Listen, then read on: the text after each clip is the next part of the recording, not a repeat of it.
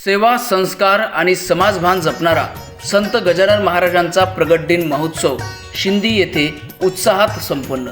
नमस्कार, आपण पाहत आहात सहारा समाचार आणि मी संकेत अपाले तुम्हा सर्वांचं स्वागत करतो आहे सहारा समाचारमध्ये। अचलपूर तालुक्यातील ग्राम शिंदी बुजुर्ग येथे संत गजानन महाराज यांचा प्रगट दिन महोत्सव भक्तिमय आणि उत्साही वातावरणात मोठ्या जल्लोषात संपन्न झाला आहे। समर्थ सद्गुरू श्री संत गजानन महाराज संस्थानच्या वतीनं आयोजित करण्यात आलेल्या भागवत सप्ताह प्रगट दिनानिमित्त हा सप्ताह आयोजित करण्यात आला होता।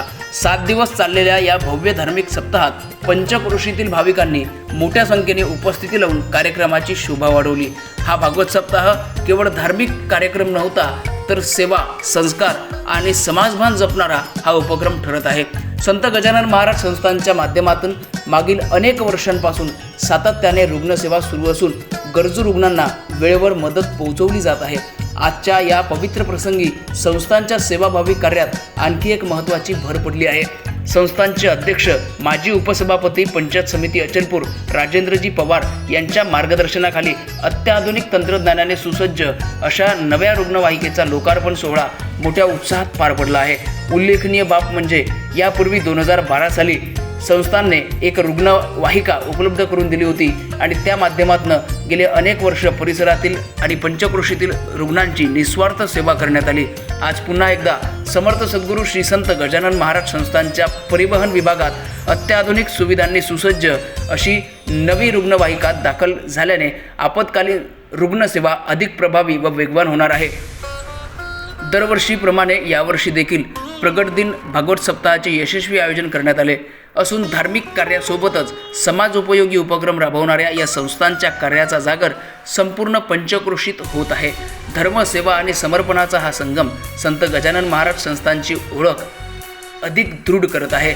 तसेच समर्थ सद्गुरू श्री संत गजानन महाराज संस्थानच्या वतीनं प्रगट दिनाच्या निमित्तानं प्रगट दिनाच्या दिवशी भव्य दिव्य अशी नगर भ्रमंती श्रींची मिरवणूक काढण्यात आली। यावेळी गावातील संपूर्ण गजानन महाराजांचे भक्तगण हे उपस्थित होते। 2 ॲम्ब्युलन्स सध्या आपल्या सेवेत आहेत, आपल्याला या ठिकाणी पाहायला मिळत आहेत, काय सांगा? 2011 मध्ये संस्थांनी लोकवर्गणीमधून ओमनी नॉन AC ॲम्ब्युलन्स घेतली होती। तिची सेवा पूर्ण 15 वर्षापर्यंत झालेली आहे। पण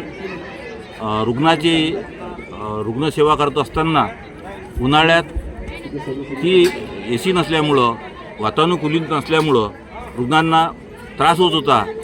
हे आमच्या जेव्हा लक्षात आलं तेव्हा संस्थांच्या सर्व पदाधिकाऱ्यांनी असं ठरवलं की आपण वातानुकूलित म्हणजे AC रुग्णवाहिका घ्यायचं ठरलं आणि याच्याकरता फार मोठा फंड उपस्थित करायचा होता, पैसा गोळा करायचा होता।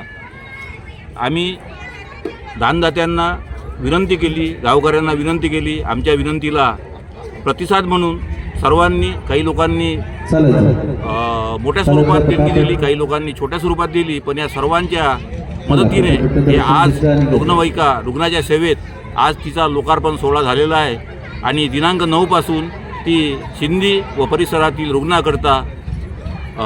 रुग्णसेवेकरता तयार आहे। हरिभक्तपरायण निंबाळकर महाराज यांच्या अमृतवाणीतून या ठिकाणी हा ज्ञानदानाचा सोहळा संपन्न झाला।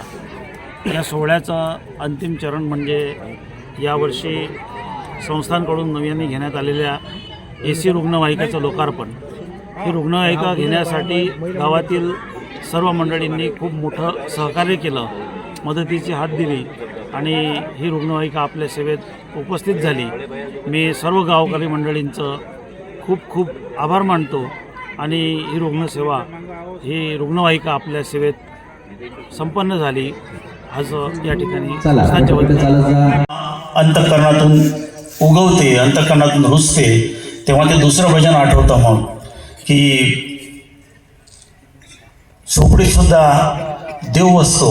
आणि मग अशाच पद्धतीने सगळे महामानव समोर आले आणि हा आदरणीय राजेंद्र भाऊचा मनोदय जो होता तो पूर्ण झाला। या सगळ्या महानुभावांच्या प्रति कृतज्ञता व्यक्त करण्यासाठी या ठिकाणी